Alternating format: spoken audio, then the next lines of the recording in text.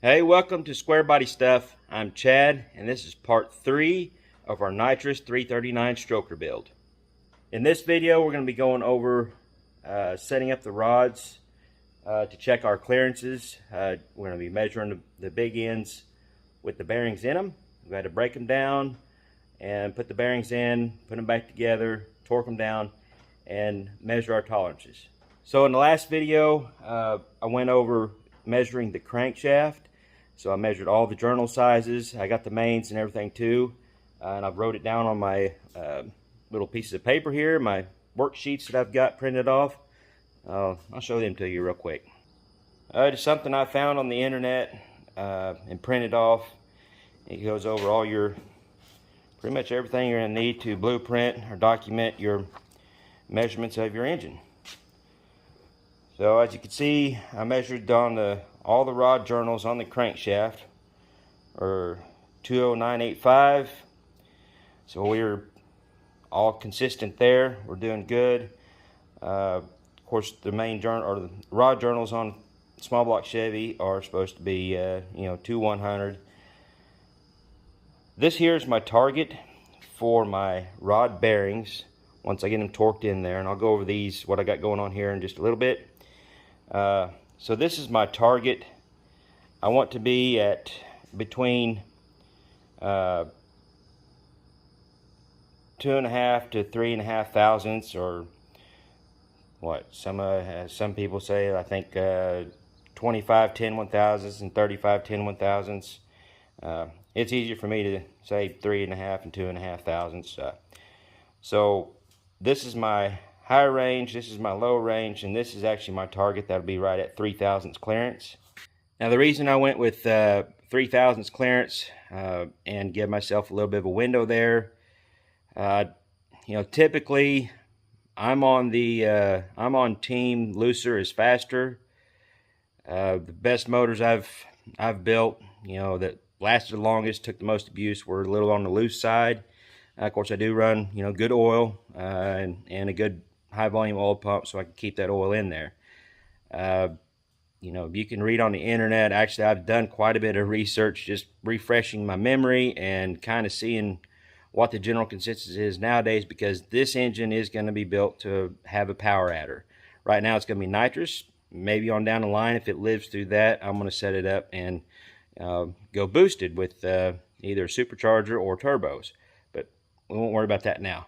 But this is going to be a engine built for boosted application, which I've never done before. So I wanted to refresh my memory, kind of see what the general consensus was from guys that have built several of these engines for power adders, to see where they're going. In my brain, it's saying you're going to want a little more clearance than what you normally would have, because of the higher loads, the higher heat. Whenever you hit the nitrous or whenever the turbo spools up and you got boost, you got a little bit more of a shock on your rod. You want more of a cushion. But the downside of that is more clearance means you have to have you got to have the oil there. So you got to make sure your oiling system can keep up with it. That shouldn't be too big of a deal. I'm not going drastic on my clearances. Typically on a small block Chevy with 2100 rod journals, you're looking at like a little over 2 thousandths of an inch of your tolerance. So I'm 1,000th over that, which is a 0.5 thousandths on each side, because you divide it by 2, because 3 thousandths is a 3 thousandths clearance is only 1.5 thousandths on each side. That's your oil film. So pretty tight stuff. And so I put a lot of research into it just to make sure I was on the right track. I was trying to go towards the looser side, and actually I was thinking a little bit too loose, but I figured, with everything I've read, 3 thousandths is kind of my target. All right, now we have determined what our target is. We got to get a rod set up for measuring that to see where our tolerance is. Now I've already got all the rods 1 through 7 set up. Caps are torqued, bearings are in there, and how I with brand new rods, didn't know how they were going to be. I tried to match them up. I measured my thickness of the rod here this way for my rod side clearance, and that's what these numbers are. And I come up with kind of an even amount of some that were at 940 and some at 942. This one was one oddball, it was 941. So I tried to pair them up to where I had a 940 on one on the odds, 942s on the evens, and that's just the best I can come up with. And that gives me, with measuring the rod journals on the crankshaft, I can't remember now exactly what it was. I've got it wrote down. Well, here's the what the crank measured. Actually, I didn't write down what my rods measured on here yet. Not sure why, but I've got it wrote down on all my rods. I think I got it jotted down. I think I got it on my cardboard over here. Yeah, there's what the journals on the crankshaft measured, and here's what the rods measured paired up. So I got 23 thousandths of clearance, side clearance. Now to me that seemed a little bit loose. Factory specs is I think around 15 thousandths. So I did some research to make sure I wasn't going to be hurting anything by running a little extra side clearance, which again we're running a power adder engine. So what I come up with is it's still a safe range. Now once I get the engine mocked up, get the block back, get the crank set in there, and actually bolt these rods in, and I could actually probably do that. I could set up some V-blocks or something and start pairing up these rods and torquing them down to the crankshaft and get a more true rod side clearance as they're installed. So, but this gives me a rough idea where I'm at. Should be good. So that's the side clearance, and I think I'm going to go over. I kind of lost my train of thought. I apologize, guys. I do kind of jump around a little bit, and but that's just the way my little brain works. So we gone over my papers, rod side clearance. Ooh, get you a little close there. Now we're going to go over what I've going to do with these rods, or what I've done with these rods. I left number 8. I left number 8 loose so I can show you what to do to torque these down. My bolts have some good lube on them, that good ARP fastener lube. My bearings are set. Now these bearings are narrow, and you can also tell, I wish I had a factory main or rod cap sitting here, but this has got a extra large chamfer which will go to the outside because the crankshaft has a pretty large radius. So you want to make sure that goes to the outside. And with that being said, these bearings are actually an upper and a lower. So I had to make sure I get them in right, because if not, the bearings will hang out. They'll hang out here too far and possibly get into that radius. But as you can see, we got a lot of room there for the radius. Set in there nice and good. So far, they're all looking pretty good.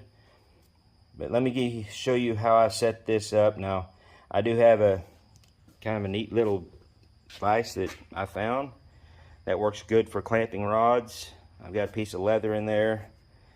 Now if you have just a regular vise, that will work too, but you need to have you need a piece of leather or rubber or plastic or something to protect your rods, because you don't want to mark them up or anything. So, and you'll want to clamp it.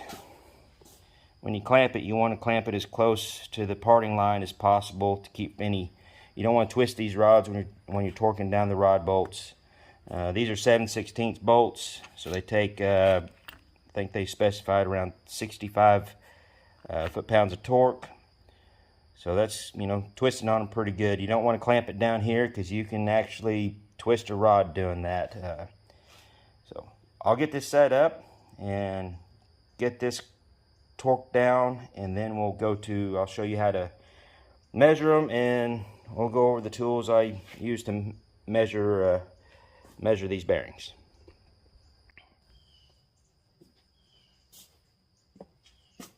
As I said earlier, make sure you don't go down. You don't want to go down too far, you don't want to be up too far. So I'll get it just below that parting line. Make sure it's good in there good and solid. And on these rod caps, if you're not familiar with how they are, they've got the tang on them, and those tangs need to be on the same side. That way your chamfer and your radius is all on the same side. And then these particular caps, I've got it kind of zoomed in, so I'm having trouble here. They have the centering rings, so once you get them on there, I'll have to tap them down with a mallet to get them seated. I try to get them seated almost all the way before I start running the bolts down, because I don't want to mess those up. You don't want to put too much torque on there, or you don't want to run them down with the bolts, or get them started with the bolts.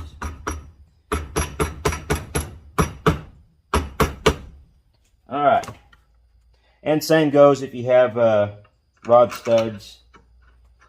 It's best to kind of get them good and started and tapped all the way down before you run your bolts or your nuts, whichever way you got on there. And I've got my torque wrench set for 20 right now, and I won't even make it click on that just to get it started. I'll just kind of get them to where it's got a little pressure on it, good and seated.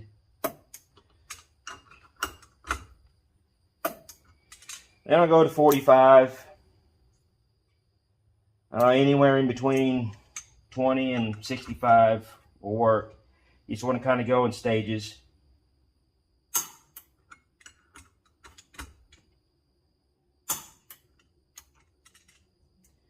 And then we'll do our final one, 65.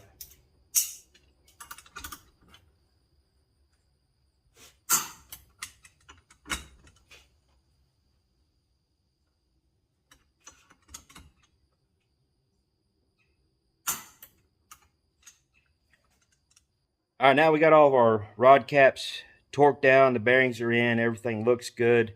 We're happy with that. Now we got to get our measuring tools out and start measuring our big ends. All right, tools we're going to be using. We're going to be using a dial bore gauge to measure the bores. Of course, the micrometer to set our dial bore gauge. Now, if you don't have a dial bore gauge, of course, this was just a cheapie from probably eBay or Amazon. Bought it years ago, and it's served me fairly well. You could also get some of these snap gauges. They work okay too. I just don't feel that they're quite as accurate. But you can use those. I go over how to use these and the micrometers and how to set your micrometers if they're not calibrated right. I go over that in the last video, so go check that out if you're wondering about that. This video I'm just going to go over how to use this dial bore gauge. I've never had anybody teach me how to use it, so I just been using it the way I figured it out years ago. But like I said, we've got our targets. That's actually my target number. What I want my big ends to measure out at. So that's where I'm going to set my dial bore gauge. You could do it any number of ways. You could set it to your low end of what your crankshaft measured out to be, and then whatever it shows on your dial will actually be your clearance. Or you could set it, you can set it wherever you want to and do the math. Just however it works out best for you. I like to set it towards my target. That way, if it's off the target, I know how much, and then I do the math from there. what I'll do is I'll set my micrometer to my target. I got the wrong mic. There we go. Imagine that.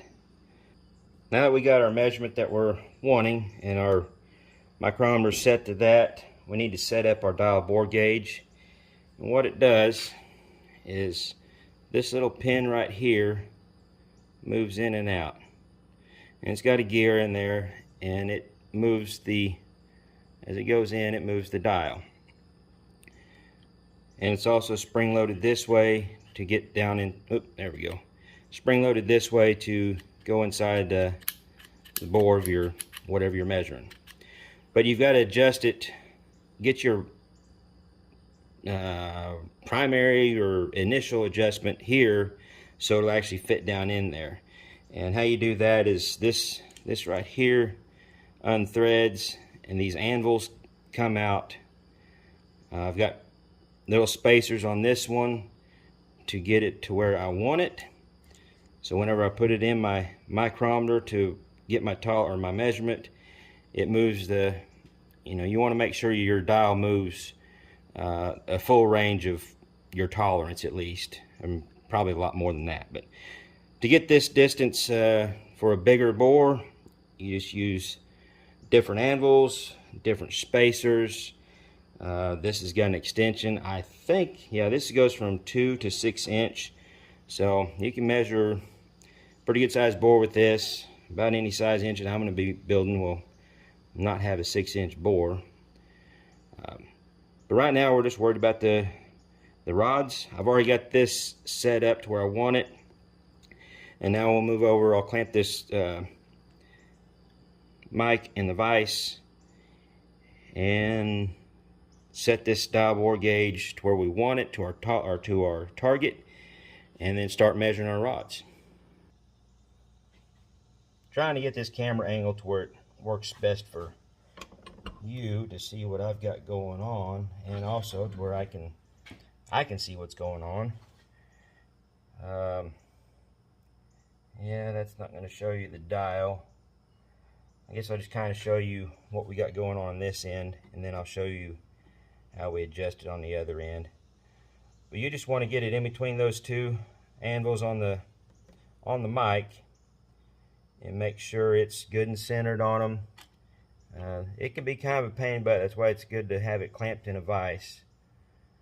You just want to get it good and centered, and then I will show you on this other end. I'll turn my dial to where you can see it. That might make it easier once I start measuring the rods. And adjust my camera a little bit. Oh, now we got light in the background. Great, yay. Nothing's ever easy with this stuff. But I'll try to explain it to you. What you'll do is you'll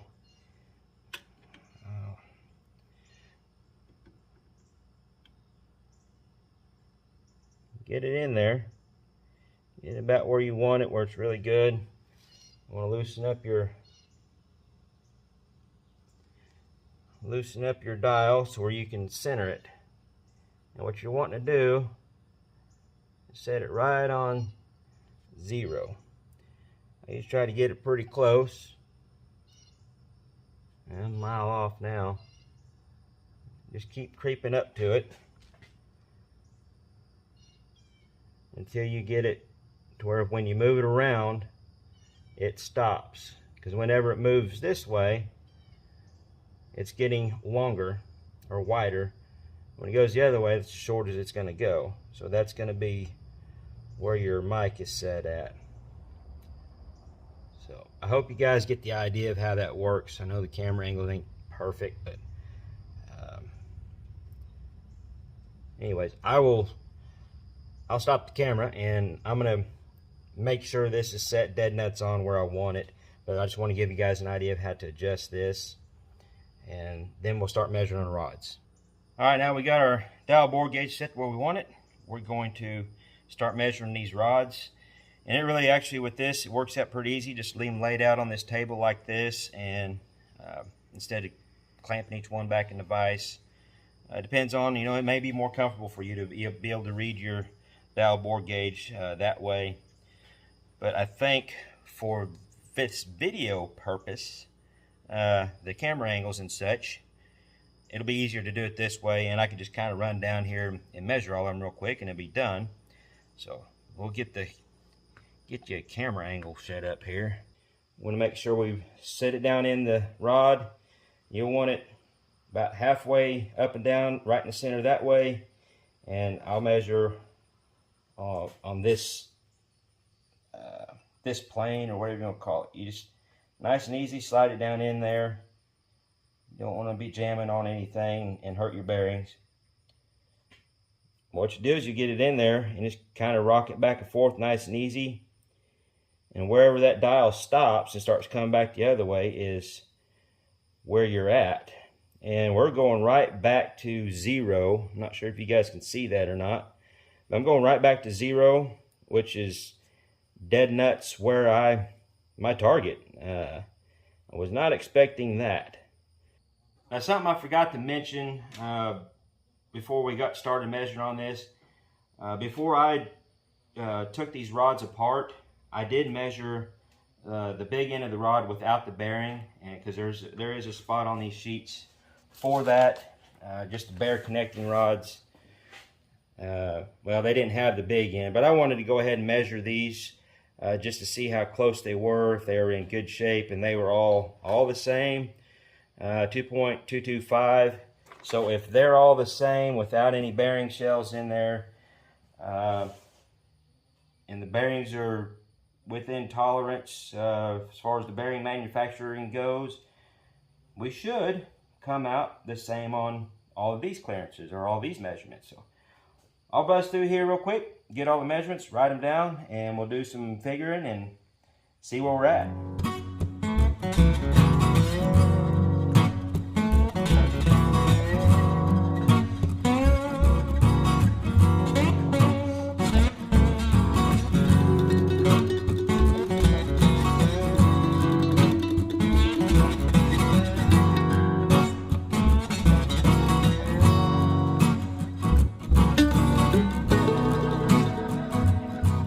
Well, as luck would have it, I hit my target dead nuts on every one of these. Honestly, can't believe that happened. I figured I was probably going to have something machined. But nope, it worked out great. So, and the reason why I turned the rods, I kind of got mixed up at first, but the reason why I turned the rods this way, that way is easy visual thing, knowing which one I got done, even though I was writing them down. I kind of go over that in the one of my first videos about doing engine work. And also we're going to be measuring the small ends of these. So we've got a spot on our sheet for the rod, connecting rods, wrist pin, outside diameter, and the small end ID. And for right now, I'm just concentrating on the rods, getting those measurements, because they're all numbered. I know which cylinder these rods are going with. I haven't checked the pistons out as far as weighing them or measuring them, or ideally every one of them is going to be exactly the same, and I'm pretty sure that's what's going to end up happening with the pistons. They're pretty good pieces, but just in case, I'm not going to worry about numbering the pins. I want to make sure the pins fit the pistons good, which they do. I think you know where I'm going with this. I'm just going to measure this in. That number will be documented. Whenever I go to do the pistons, I can, I'll document that number. Now, obviously, this won't fit down in there. So for these smaller bores, I will use these telescopic or snap gauges, whatever you want to call them. I go over how to use these in the last video. It's pretty simple. You pull it in, and you twist it up, and it clamps it in. And then whenever you get it in your bore, you release that, and they snap out. And once you get it centered where you want it, tighten it down, and that will be your measurement. You gotta make sure you get it tight enough that they don't slide out, and you don't collapse it trying to measure it with your mic. But these are kind of a pain. So I usually really take my time and try to do a lot of redundant measurements just to make sure I'm not, my gauge isn't off, or I'm not getting something off. So double, triple, quadruple check, whatever it takes to where you're comfortable with the measurement you received. Now I'm going to show you, kind of give you an example of what I'm going to do with one of these rods here. I'm not going to worry about writing it down quite yet. That way it's easier for you to see what I'm doing right here. Our pin diameter is supposed to be a 0.927. So what I'll do is I'll get my snap gauge in there.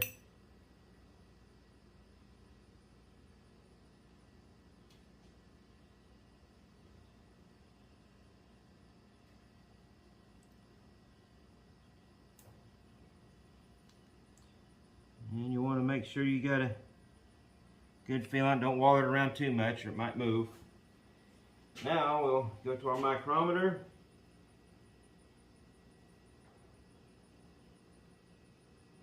.9.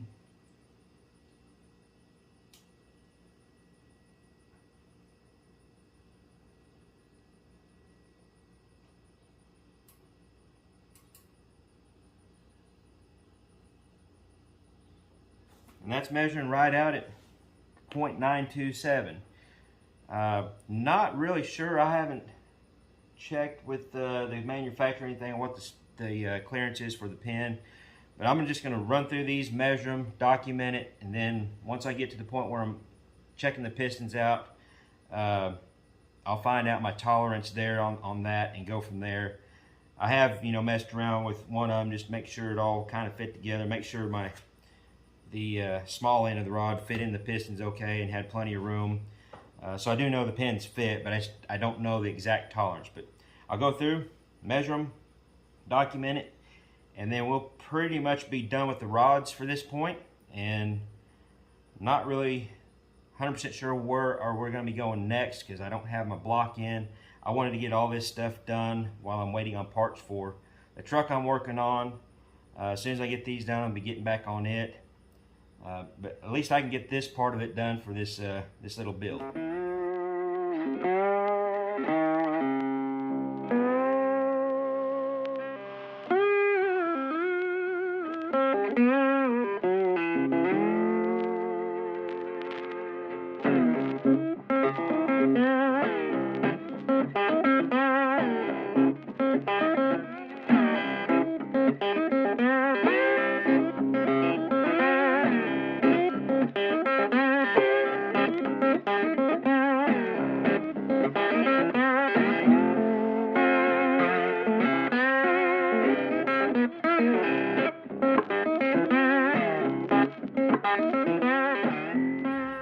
So they all came out right on the money, 0.927. So we're good there. Just kind of go over what we got. We've got the big end. That was the without the bearings measured. This is the small end ID. This will be the wrist pin OD. We'll measure that on down the road. This is the side clearance, what I measured roughly each rod, and then measuring to get that deal there. That's kind of an ish measurement at this point in time. Now we've got our rods all done. I need to fill out my clearance in that shaded area down there. It'll be 3/1000ths, which that was my target. So we're good there. These rods are pretty much done as far as measuring purposes, or not really mock-up, but just for the measuring, other than our side clearance once we get it torqued down on the crankshaft, but we'll have to do that at a later date. Now I believe that's all I've got for you guys for this installment of the little 339 build. I appreciate you guys hanging out and watching. I've got a lot of good positive feedback from this because it's just something different. I'm just trying to show you my way of doing things. I've said it before, I'll say it a million more times. I'm not a professional engine builder. I have built several, and I do things my way, and I'm still learning. Every time I do something, I try to do a little research and not be as bullhead as I normally am on other things. When it comes to this, I want as much information as possible so I can make the right decision on where I'm headed with this build. Because like I said, I've never built an engine that was going to be running any type of power adders. So some of this is kind of new to me as far as the tolerances. So I'm doing my research, and it's coming out pretty good. Again, thanks for hanging out with me. I wish it could be more entertaining when it comes to this stuff, but it's just hard to do anything entertaining when you're measuring rod bearings. But anyhow, I'm gonna cut it off here. Y'all keep your square bodies rolling, or whatever it is you're driving, and we'll catch you later.